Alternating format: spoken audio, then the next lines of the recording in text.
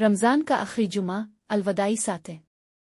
रमज़ान वो महीना जिसका हर लम्हा कीमती, हर घड़ी बाबरकत और हर दिन रहमतों से लबरेज है। मगर आज का दिन खास है। आज रमज़ान अल मुबारक का आखिरी जुमा है, वो मुबारक दिन जिसमें रब की रहमत अपने उरूज पर होती है और हर दिल मग़फ़िरत की उम्मीद लिए झुका होता है।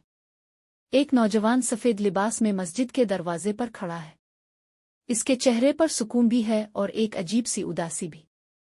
वो आसमान की तरफ देखता है जैसे कुछ सोच रहा हो, फिर धीरे धीरे मस्जिद के अंदर दाखिल होता है। ये दिन आम दिनों की तरह नहीं, बल्कि एक ऐसा लम्हा है जो हमें ठहर कर सोचने पर मजबूर कर देता है।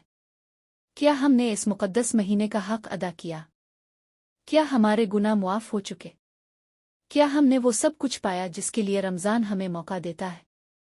हर तरफ रूहानी सुकून छाया हुआ है।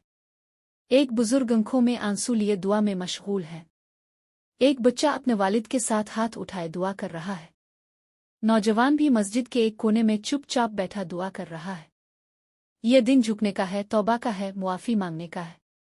वो खुश नसीब हैं जो आज रब से रू रू कर अपने गुनाहों की मुआफ़ी मांग रहे हैं, क्योंकि ये वो घड़ियां हैं जिनमें दुआएं रद्द नहीं होती। एक सजदा जो हमें दुनिया की हर मुसीबत से बचा सकता है।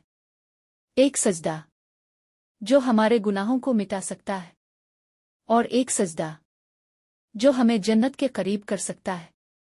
रमज़ान का आखिरी जुम्मा हमें याद दिलाता है कि वक्त तेज़ी से गुजर रहा है। शायद ये हमारी ज़िंदगी का आखिरी रमज़ान हो, शायद हमें अगले साल ये मौका ना मिले।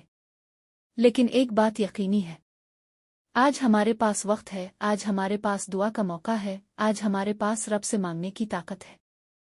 ए अल्लाह, हमें इस रमज़ान में बख्श दे, हमारे गुनाह मुआफ़ फरमा, हमें हिदायत अता फरमा और हमें अगले रमज़ान का मेहमान बना। दिलचस्प सबक आमोज़ इस्लामी और मिज़ाहिया कहानियों के लिए हमारे चैनल को फॉलो करें, लाइक करें, कमेंट करें, शेयर करें और बेल आइकन को दबाना ना भूलें।